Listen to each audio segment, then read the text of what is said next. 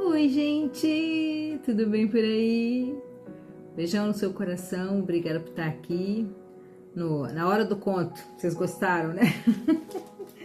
Hora do conto com a tia Clay, no toque de Clay, hora do toque de Clay, então. Sei lá, inventem alguma coisa aí. Que legal que vocês gostaram. Falei bem de brincadeira, assim. Mas vamos lá, né? Vamos para a hora do conto. Hoje nós vamos ler o capítulo 2 do livro de Hebreus. E é um capítulo bem pequititiquito. Tem 18 versículos só. Vamos ver o que o Senhor tem para nos falar aqui. Esse capítulo fala sobre a salvação. Deixa eu ver como que eu fiz a capa aqui, que eu não estou lembrando. Ah, eu coloquei Jesus na cruz. Vou mostrar para vocês, né? Talvez alguém não vê. Olha lá. Isso aqui é a capa, ó. Fica ao contrário, né? Mas dá pra vocês verem. Hebreus 2, tá vendo? Coloquei uma capa ali. Podia ter mostrado outras vezes, né? Tive essa ideia só agora. Tem gente que... Se bem que eu tô colocando nos stories, né? Do Instagram e do Facebook. No YouTube e no Spotify aparece essa capinha. Lá no TikTok ninguém sabe, ninguém vê. Vocês não veem nada. Porque eu não coloco nem nos stories lá. Inclusive, acho que vou até mudar isso. Vamos lá. Vamos parar de conversar fiado e vamos falar sobre a grande salvação hoje.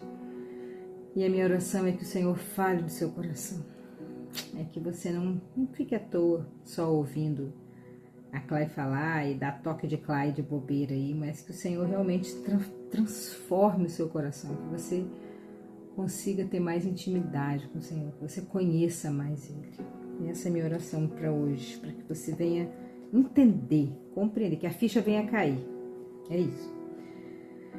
Por isso, devemos prestar mais atenção nas verdades que temos ouvido, para não nos desviarmos dela. Olha bem, já começou chutando a porta, né? Devemos prestar mais atenção nas verdades que nós temos ouvido, para não nos desviarmos dela. O que eu faço aqui, esse trabalho que eu presto para a humanidade, é isso. É ler a Bíblia, purinha, purinha, purinha. Eu leio, tem gente que quer que eu só faça um resumo.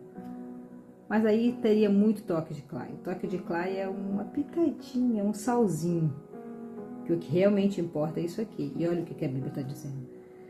Por isso devemos prestar mais atenção nas verdades que nós temos ouvido. Preste mais atenção no que você está ouvindo, para não nos desviarmos dela. Não há dúvida que a mensagem que foi dada por meio dos anjos é verdadeira. Aquele que não a seguirem nem forem obedientes a ela receberão o castigo que mereciam.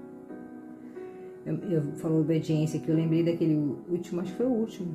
Acho que foi o último capítulo de... Não, foi o antepenúltimo. Não, foi o penúltimo, 26. Tô com a cabeça... Eu que falou sobre as bênçãos e as maldições, as desobediências. E Deus falou pra gente ser obediente, porque senão todas aquelas maldições ia pegar na gente 7 vezes mais. Ele ainda repetiu várias vezes, né? E aqui tá falando, ó. Foi dada por meio dos anjos é verdadeira. Aquele que não seguirem nem forem obedientes a ela receberão castigos que merecem. Sendo assim, como é que nós escaparemos do castigo se desprezarmos uma salvação tão grande? Hoje, você que está me acompanhando desde o começo aqui nesses vídeos, né, que a gente está lendo Levíticos, Êxodo, a gente sabe o quão grande é essa salvação. Porque a princípio a gente sabia que era a salvação da nossa alma. Quando a gente morrer, a gente vai para o céu. A gente vai para Nova Jerusalém, cada um tem a sua fé aí, né? Mas agora, depois de ler Levíticos, você sabe que a salvação é gigantesca. É uma salvação misturada com libertação, misturada com tudo. Graças a Deus a gente está nessa era, porque ia ser ruim viver naquela lá, matando bicho toda hora. E como que a gente pode desprezar uma salvação tão grande? Como a gente pode desprezar uma bênção, uma vitória, um amor tão grande assim? A gente não tem como. Quando a gente tem conhecimento, Quando você entende tudo que Jesus fez, não tem como você desprezar, é impossível. Não tem como você falar, a partir de agora eu vou colocar Jesus atrás da porta. Não dá. É como um bebê que sai da barriga da mãe. Nunca mais ele vai poder voltar. É como uma borboleta que resolve sair do casulo e voar. Nunca mais ela vai voar. Ela vai voltar para o casulo. E é assim, quando você conhece Jesus, quando você compreende tudo que ele fez, quando você entende o valor, o tamanho, a dimensão, a amplitude que é a salvação, é Jesus preso naquela cruz ali, tudo que ele fez ali por você, nunca mais você vai voltar a ser medíocre, nunca mais você vai voltar a ser inocente, bobo, sonso, nunca mais. Como podemos desprezar uma salvação tão grande? Primeiro, o próprio Senhor Jesus anunciou essa salvação. Depois, aqueles que a ouviram nos provaram que ela é verdadeira. Ao mesmo tempo, por meio de sinais de poder, maravilhas e muitos tipos de milagres, Deus confirmou o testemunho deles e, de acordo com a sua vontade, distribuiu os dons do Espírito Santo. Que lindo! Pois Deus, versículo 5, para quem acompanha aí na Bíblia, né? Pois Deus nos deu os anjos o poder de... pois Deus não deu aos anjos, o poder de governar o mundo novo que está por vir. O mundo do qual estamos falando. Pelo contrário, em alguma parte das Escrituras Sagradas, alguém afirma que é um simples ser humano, ó Deus, para que penses nele, que é um ser mortal, para que te preocupes com ele. Tu colocaste por pouco tempo em posição inferior. Tu o colocaste por pouco tempo em posição inferior à dos anjos, e tu lhe destes a glória, a honra de um rei, e puseste todas as coisas debaixo do domínio dele. Deus está falando de Jesus aqui. E olha que coisa, se você parar para pensar assim, o que é um simples ser humano para Deus se preocupar? Nós somos menores do que formiguinhas. Você vai num formigueiro, você vê aquelas formiguinhas pequenininha, micro. Você pode pisar em cima, jogar água, sei lá, fogo, fazer o que você quiser, você mata tudo de uma vez só. Nós somos assim, Senhor. Nós somos menores do que formiguinhas. E por isso que o escritor de Hebreus fala, o que é um simples ser humano a Deus, para que tu penses nele.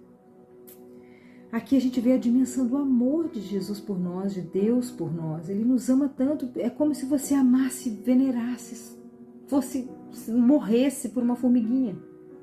Imagina, você vê uma formiguinha daquelas bem pequenininhas, aquelas formiguinhas de açúcar, aquelas bem pequititicas, você olha uma lá e você fala, eu tô amando, tô me apaixonando por ela, nossa, eu amo demais, vou morrer pela vida dela. Pensa nisso. É assim. O amor dele é incontável, infindável, é soberano demais para nossa mente entender. Mas pensa nessa analogia que ele mesmo falou com a gente agora, porque eu nunca tinha pensado nisso. É como se você olhasse uma formiguinha ali, a Clay, aquela formiguinha ali, vai chamar Clay, eu amo demais, eu vou me entregar por ela, eu vou morrer por aquela formiguinha. Você não passa de uma formiguinha. Eu não passo de uma formiguinha. E Jesus se ofereceu por nós. Jesus se ofereceu por nós. Gente, o que é um simples ser humano para que tu penses nele? O que é o ser mortal? Nós morremos, nós acabamos. Para que te preocupes. Eles vão morrer mesmo. Larga pra lá. Deus não. O amor dele é estupendo, não tem uma palavra assim que a gente possa falar assim, uma palavra. É imenso, é gigantesco, é maior do que a nossa consciência pode alcançar. Porque você imagina você olhar uma formiguinha micro daquela e falar, eu amo, eu amo, eu amo, eu vou me entregar por ela, eu vou pagar o pecado dela, e eu amo demais, eu quero ela pra mim, ela é minha, tomo posse, eu adoto aquela formiguinha. Foi isso que ele fez por nós, foi isso que ele fez por você. E você ainda está se sentindo inferior, você ainda acha que você não vale nada, você ainda acha que você está sozinho no mundo. Você não está sozinho. Você nunca esteve sozinho, mesmo que você ache, mesmo que o seu coração esteja entristecido, que você esteja querendo ficar perto de alguém, sinta falta de alguma coisa, saiba que o Senhor está com você, mesmo você sendo uma formiguinha. Ele te ama. E a Bíblia está falando, o que é uma mortal para que você se preocupe? O Senhor se preocupa com a gente, Ele se preocupa com seus desejos, Ele se preocupa com o desejinho daquela formiguinha que está lá no meio daquele monte de formigueiro, um formigueiro gigantesco, uma formiguinha bem pequitiquinha lá, e ela tem um desejo de carregar uma folha maior do que ela. O Senhor se preocupa com o seu desejo. O Senhor quer realizar os seus sonhos, Ele tem sede, Ele quer te agradar como uma mãe, um pai quer agradar um filho. A gente não quer dar tudo do bom e do melhor?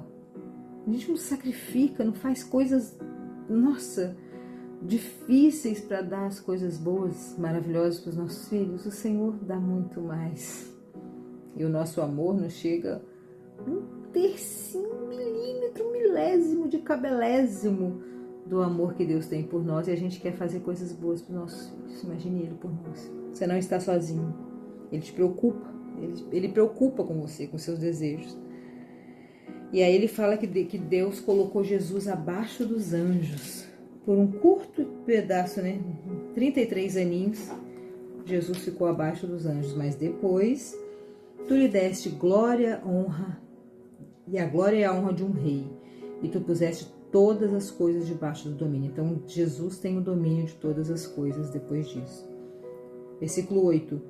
Como se diz que Deus pôs todas as coisas debaixo do domínio dele, Isso quer dizer que nada ficou de fora. Todas as coisas estão debaixo do domínio de Jesus. Nada ficou de fora, nada. Porém, não vemos o ser humano governando hoje todas as coisas. Porém, não vejo o ser humano governando todas. Ele nos deu o governo, Lá em Gênesis ele falou, governe sobre os animais, da terra, do mar, de tudo. Muitas vezes a gente não governa a nossa própria vida, a nossa própria barriga, a nossa própria fome, a nossa própria preguiça, o nosso próprio casamento, filhos, etc. A gente tem que assumir o governo. Porém, eu não vejo o ser humano governando hoje todas as coisas. Mas nós vemos Jesus fazendo isso. Por um pouco de tempo, ele foi colocado em posição inferior à dos anjos, para que, pela graça de Deus, ele morresse por todas as pessoas. Agora, nós o vemos coroado de glória e de honra por causa da morte que ele sofreu. Glória a Deus. Obrigado, Jesus. Obrigado, obrigado. Pois Deus, que cria e sustenta todas as coisas, fez o que era apropriado e tornou Jesus perfeito por meio do sofrimento. Deus fez isso a fim de que muitos, isso é, os seus filhos, tomassem parte na glória de Jesus, pois é Jesus quem os guia para a salvação. Olha que coisa mais reveladora. É Jesus que nos guia para a salvação. Que legal, é Ele que nos guia. Obrigado, Senhor, por estar nos guiando. Obrigado pelo teu amor, Jesus. Ai, Senhor, teu amor nos constrange de verdade. Você precisa ficar constrangido com o amor de Jesus por você, porque você é uma formiguinha e Ele te ama. Ele morreu por você. Jesus purifica as pessoas dos seus pecados e de todos. Tanto Ele como os que são purificados têm o mesmo Pai. Aleluia. Então Ele nos purifica e nós temos o mesmo Pai que Jesus tem. No caso é Deus Criador. É por isso que Jesus não se envergonha de chamá-los de irmãos. Jesus não tem vergonha de nos chamar de irmãos. Você já pensou você ser irmão de Jesus? Cara, você é muito top, você é muito... Nossa! Você é muito amado. Jesus te chama de irmão. Como ele diz, ó Deus, eu falarei a respeito de ti aos meus irmãos, e eu te louvarei na reunião do povo. E ele diz também, eu confiarei nele. E diz ainda, aqui estou eu com os filhos que Deus me deu. Jesus chama a gente de filho também, que legal. Os filhos que ele os chama são pessoas de carne e sangue. Por isso, o próprio Jesus se torna igual a eles, tomando parte na natureza humana deles.